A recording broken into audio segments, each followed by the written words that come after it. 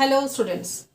Today we will be starting the new chapter, chapter 10 of NCERT, that is circles.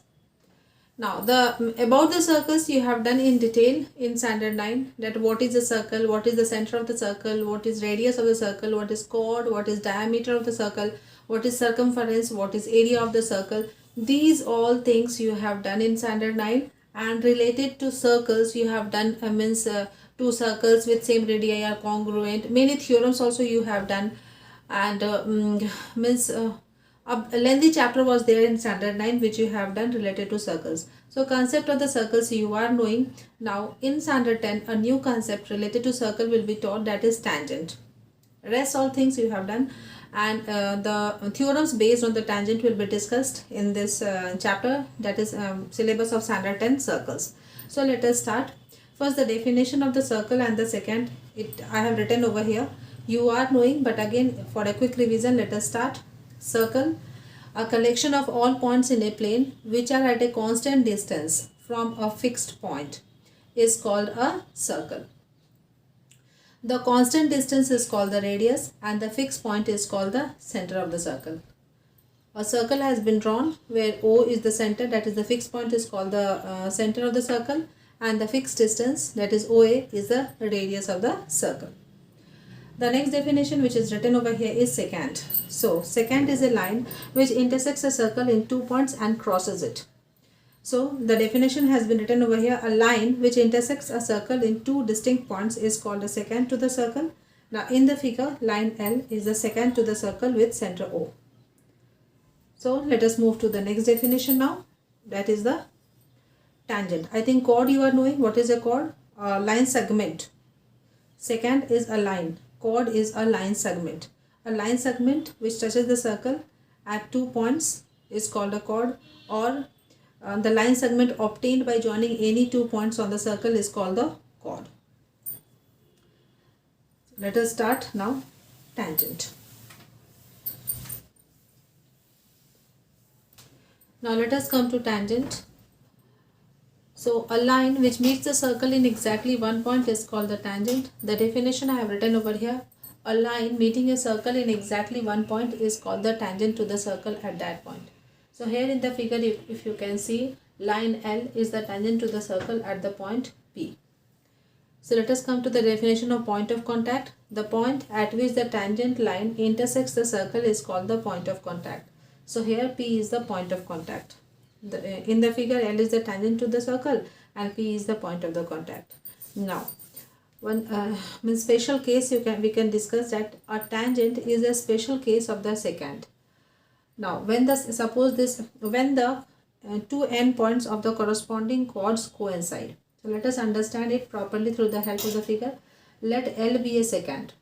Now the corresponding chord determined by this secant is PQ. Now when this secant is moving anti-clockwise direction, so this chord, the corresponding chord described by this secant PQ. Now let the position of the point Q be Q1, Q2, Q3, Q4 and so on as the secant moves anti-clockwise towards the point P. Now we will see that as the secant moves, the point Q is moving to Q1, Q2, Q3, Q4 and so on till it coincides with the point P. Now the moment the point Q coincides with the point P, this secant turns to a tangent, because this line now is exactly touching the circle at one point P and it touches the circle. P will become the point of contact, that is P and Q is coinciding. So we can say P or Q is only the point of the contact of this line with the circle. Hence this secant reduces to the tangent. So I think you understand now this point Q, Q1, Q2 and this line, ultimately this point Q, P and Q will be coinciding over here, and in this way the secant will take the shape and hence the secant will become a tangent. Now let us move to the number of tangents to a circle. So here 3 cases I have written over here. There is no tangent passing through a point lying inside the circle. So if we consider a circle and a point inside the circle, we cannot draw any tangent from a point inside the circle. Okay, obviously if I draw over here, suppose I draw a line, if I don't extend it, it will be a chord. If I extend it, it will become a secant. So there is no tangent passing through a point lying inside the circle. Second point, there is one and only one tangent passing through a point lying on the circle. So if we suppose a point P on the circle, then one and only one tangent we can draw to this circle. Now, there are exactly two tangents through a point lying outside the circle. So if I consider the point P outside the circle, so from the point P, I can draw two tangents over here. PT and PR are the two tangents drawn to the circle with center O. Now, if we talk about the length of the tangent, then if I draw this tangent, then this length PT and PR are the lengths of the two tangents. So let us write the next definition as length of a tangent. So the length of the tangent now we can define as the length of the segment of the tangent. I have explained in the figure right now also. This length. From here, if we talk about PQ and PR.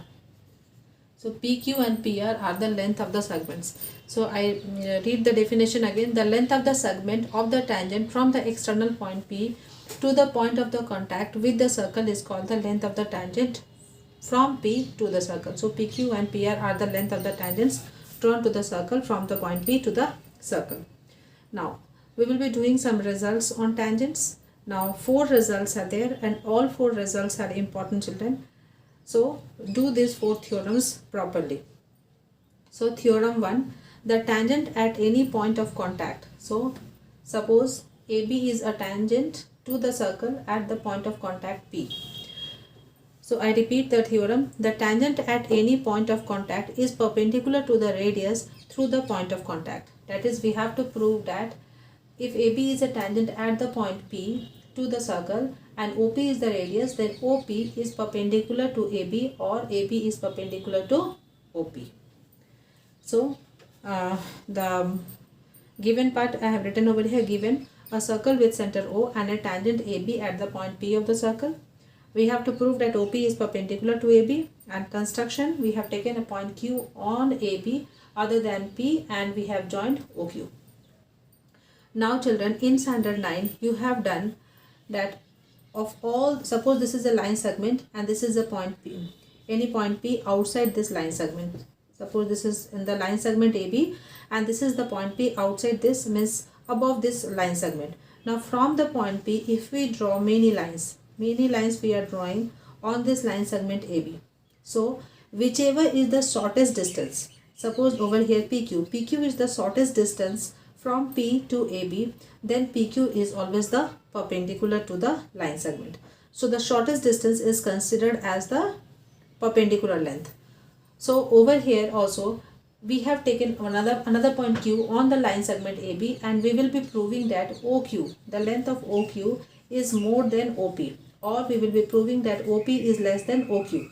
Means this Q has been taken as an arbitrary point. Infinite points can be taken on this tangent, and similarly all the line segments, whichever supposition we are doing, their length will be more than that of the OP. So OP is the shortest distance, hence OP is perpendicular to AB. That concept we will be using. So let us do that. Now we have taken the point Q except the point P on the line segment AB. So obviously Q lies outside the circle.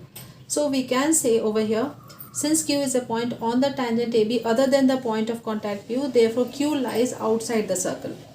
Now let OQ intersect the circle if it is lying outside the circle. So if we will join OQ, obviously it will be intersecting the circle at any point, and let that point of contact or point of intersection be R.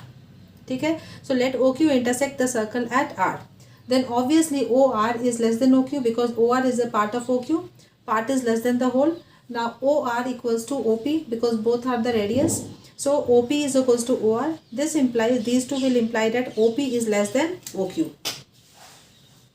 OP is less than OQ. So from this statement or from this inequality, we conclude that if OP is shorter than any other line segment drawn from O on the line segment AB. That is, OP is the shortest distance, but the shortest distance is always the perpendicular distance. Hence, OP is perpendicular to AB. That only thing is written over here. Therefore, OP is perpendicular to AB, and hence it is proved. Let us move to result number 2, that is the converse of this theorem. Here we will be proving the converse, that is this perpendicular to this will be given, and we will be proving that this AB is tangent to the circle at the point P, that is P is only the point of contact with the circle. So let us move to theorem number 2. So let us move to theorem number 2. Theorem number 2, which is the converse of theorem number 1. It says that if a line is drawn through the end of a radius, and perpendicular to it, then this line will be the tangent to the circle. That is, mathematically, if we can say that if OP is perpendicular to AB, then AB is tangent to the circle. That only we have to prove. Same figure, the same statement are given a circle, then but we will be writing in this that given OP is perpendicular to AB. In the last theorem we had to prove OP is perpendicular to AB. Here it is given that OP is perpendicular to AB. Now what we have to prove, that AB is a tangent to the circle at the point P. Construction same. Take a point P other than the take a point Q other than the point P on AB and join OQ. So this point Q is taken on the line segment AB other than the point P, and we have joined the point O and Q to get the line segment OQ. Now in proof part, what we have to prove, children, keep in mind we have to prove over here that AB is tangent to the circle at the point P. That is, AB is touching the circle at only one and only one point, and here it is P. Now we start with the given thing, that is OP is perpendicular to AB. This implies OP is the shortest distance from O to the line segment AB or to the line AB. Now OP is shortest distance. This implies OP is less than OQ, because one more length is drawn, line segment is drawn from O to AB. So OP is less than that length, that is OP is less than OQ. This implies Q lies outside the circle. Therefore, every point on AB other than the point P lies outside the circle. So means if we take pick any other point, that point obviously will lie outside the circle except the point P which is on the circle. So every point on AB other than the point P lies outside the circle. Therefore, AB meets the circle at exactly one point, that is the point P. Therefore, AB is the tangent to the circle at the point P. So, to some extent it is theoretical, but it's important. Theorem 1 and 2, practice it, understand, and then do in your own language. So, it's an easy. The first, it says that if it is touching at one point, then it is perpendicular. And the second theorem, that is the converse, says that if it is perpendicular, it will touch at exactly one point and hence will be a tangent. Let us move to theorem number 3. Now let us move to theorem number 3. Theorem number 3 says that the length of the tangents drawn from an external point to a circle are equal. That is, if PA and PB are the two tangents, then we have to prove that the length PA equals to length PB. Now children, this theorem is the most important theorem of this chapter. So practice it properly, and if we could say the easy or the hard, this one is the easiest theorem of the whole syllabus of mathematics of standard 10. So what we will do over here is we will join PO, and we are knowing the concept that the tangent is always perpendicular to the radius. So these two triangles, OAP and OBP will be 90 degree. Now we can prove these two triangles congruent by R, H and S. So by RHS, these two triangles will be congruent, and hence PA is equals to PB, and hence it is proved. And this same theorem can come under 3 or 4 mark section. So the easiest, so please do understand and practice it by your own as well. So I am starting over here. Given PA and PB are tangents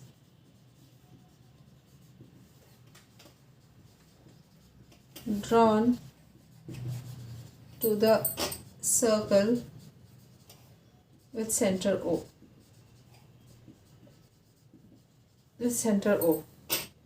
To prove PA equals to PB. Construction, join OP. Proof.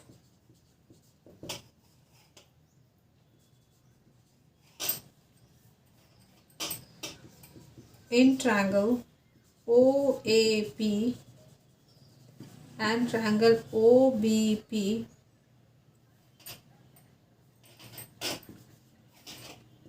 angle A equals to angle B 90 degree as the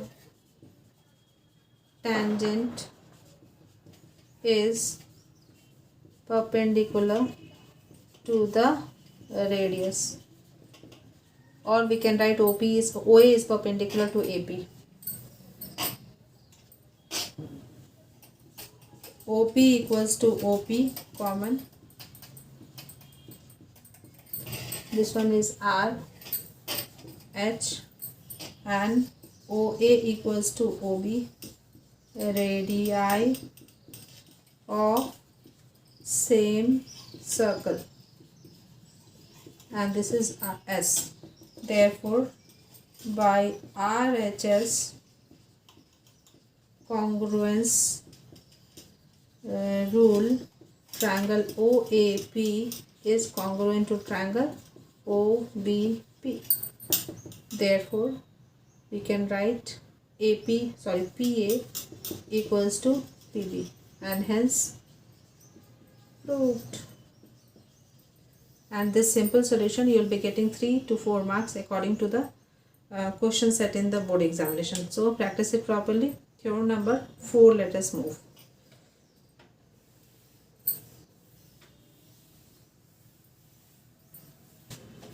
Now let us move to theorem number 4. Theorem number 4 says that if two tangents are drawn from an external point, then they subtend equal angles at the center. So we have to prove angle 1 equals to angle 2, and also they are equally inclined. They are equally inclined to the line segment joining the center to that point. So the second proof which we have to do is angle 3 equals to angle 4. So over here also we will be proving these two triangles congruent. Now we have the result over here that PA equals to PB also by theorem number 3. So we can prove these two triangles either by RHS, which we proved earlier, or we can prove these two triangles congruent by triple S as well. So whichever congruency you feel comfortable, you prove these two triangles congruent, and hence by simplicity 1 equals to 2 and 3 equals to angle 3 equals to angle 4, and hence proved. So this also is a very easy theorem, but a very important as well. So given PA and PB are tangents to the circle with center O. To prove angle 1 equals to angle 2, number 1, and number 2, angle 3 is equals to angle 4. Construction, join OP, and then proof part. In triangle OAP and triangle OBP, OA equals to OB, radii of same circle S, then OP equals to OP common, and also PA equals to PB. Length of tangents are equal.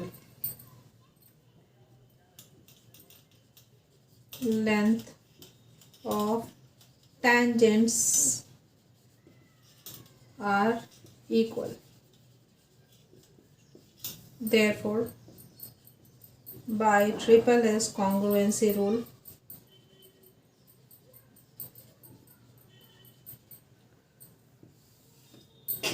triangle OAP is congruent to triangle OBP. Therefore, angle 1 equals to angle 2 and angle 3 equals to angle 4 by CPCD, and hence proved.